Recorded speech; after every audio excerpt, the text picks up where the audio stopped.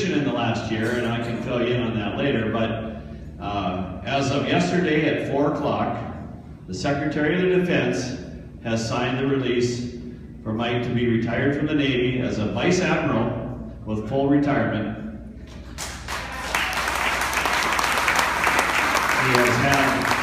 He's had a tumultuous last year, none of which was his doing. It was kind of a political thing, and I'll fill you in on the BS that went with that. He's been run through the mill and really disrespected by the Navy, but he's been exonerated and completely free to go. And he will be coming to Minot in August. And I have a sheet of paper, if you have an opportunity tonight to come and put your name and cell phone or email. We're going to have a reception for Mike in August when he's here. So all of you are invited. I will fill you in on the details when that time comes.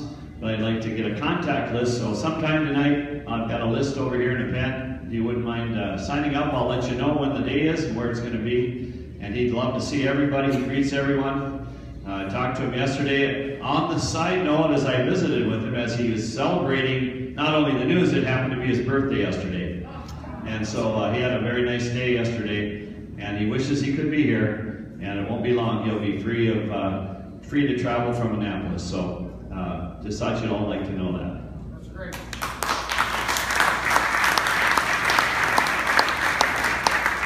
Thank you. As Mark said, that was a big deal for Mike. It was, in my opinion, greatly disrespected. But hopefully he can put that behind him, and he was exonerated. And we all knew that, well, especially those of us that know him well. And it's just nice to get put behind him. So, good deal. Good news, Mark. Thank you. Hey, Greg, weren't we going to sing happy birthday that night? Oh, yeah, that's right. But I'm not singing happy birthday. Dee will sing happy birthday. I didn't want to go over to do that. Where's Heidi at? Oh, there she is. I wanted to sing to you when we were in high school. Ready? Happy birthday to you. Happy birthday to you. Happy birthday, dear Heidi. Happy birthday to you.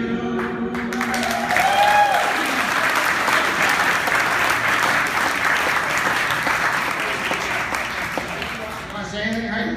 Well.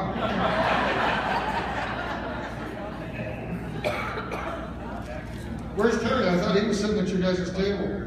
Oh, wait, there he is. Okay, Larry. Come on up. Class begins. Welcome. This is a tough act to follow. But,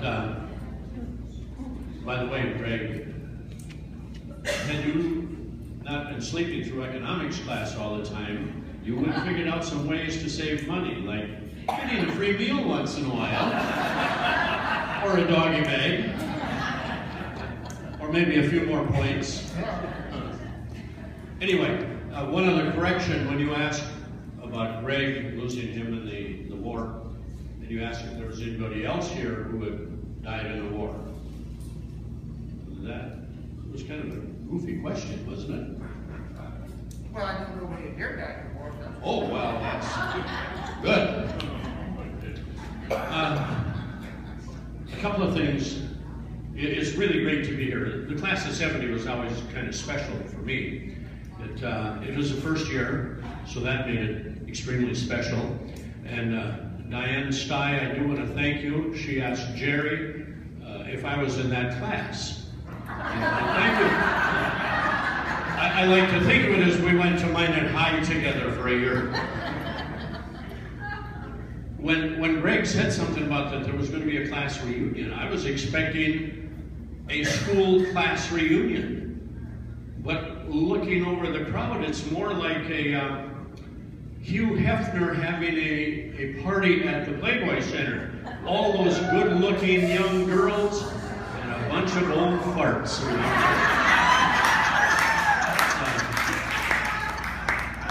And Terry, I don't think you would make 145. That's okay. Dwayne Edwards says he's only 80 pounds for making 12. And I won't mean 212. I mean 1. Anyway, it was kind kind of interesting, I asked different people why they stayed in school. You know, so many were dropping out. Terry said, of course, he stayed in because of wrestling. He liked wrestling.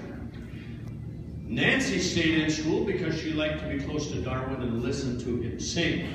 And the change of pace. The only thing is that she said her favorite song was Bridge Over Troubled Water. I mean, why did that mean so much to you? No troubled water, though, is there? Oh, good. It had me worried for a minute.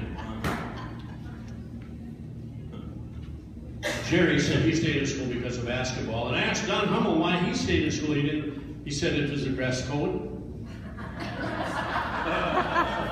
I said, the dress code? He says, yeah, all the girls had to wear dresses. And they were short. And that's what he liked. So he stayed in school. But it was good. And some of the other things, I don't know, you might have some questions about some of the people we've lost. Many of the teachers you had are already passed. About a year ago, I walked through Central Campus, went into the library, stepped in the door, and shh. Who would that remind you of? I swear it was a ghost of Miss Reinke. Just, had to be quiet in her library. But if you have been back to Central Campus, and I know Nancy would know more about it, the only thing you would recognize if you walk through that entire building are the handprints. Right? Everything else is new. The floors, the ceilings, the walls, everything. I really don't know what to say. Oh, do we have any Marines in here? We do have a Marine. I have to tell a story about Greg when he was in the Navy. He went into a cookie shop with a Marine. And the Marine was always giving him a hard time about he wasn't quick enough.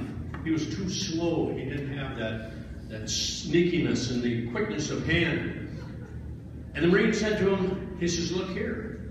He goes up and he grabs 3 cookies and puts them in his pocket real fast. Said to Greg, I bet you can't do that. He never even saw me. Greg says, I think I can. So he asked the baker, he says, could you give me a cookie? Gave him a cookie, he ate it immediately. He had told him that he could make cookies disappear. So he asked for a second cookie, and the baker gave him another cookie. He immediately ate that. He says, he's getting angry now.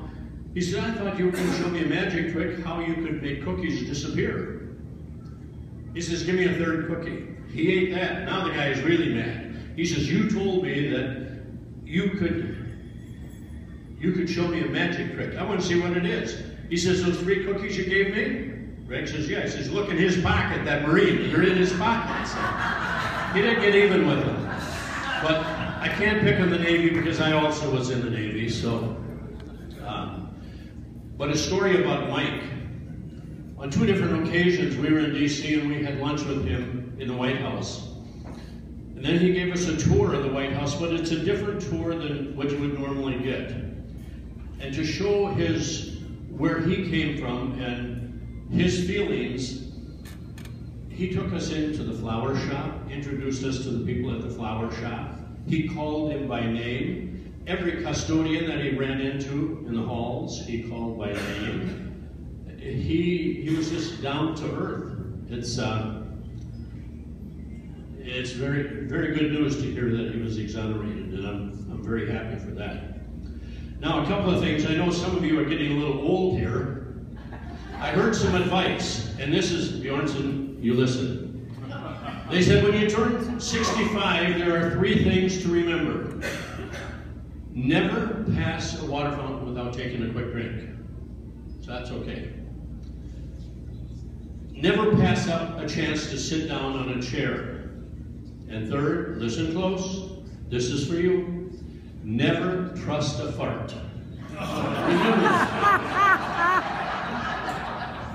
It's just something to remember. And I think that's about enough. That's the only way you get an A is if I gave you one. Because you are a good class, and thank you for letting us come back. I remember your 10th anniversary, or reunion, was there, the 40th, I think the 20th also. Right, Mr. Hummel? I have to call him Mr. Hummel because, you know, when they lose that much hair, that means they're much older.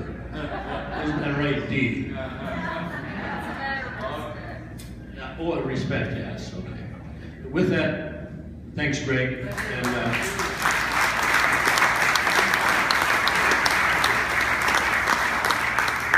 Paul? Paul? No. We got. You have a story to tell, don't you?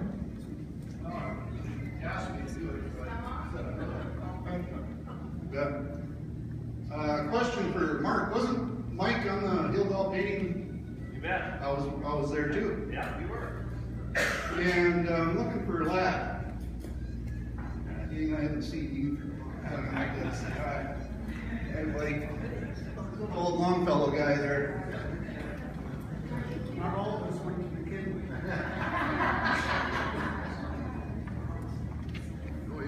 Well, it's quite an active follow here. No notes on your part, hardly. Shot from the hip and let it fly.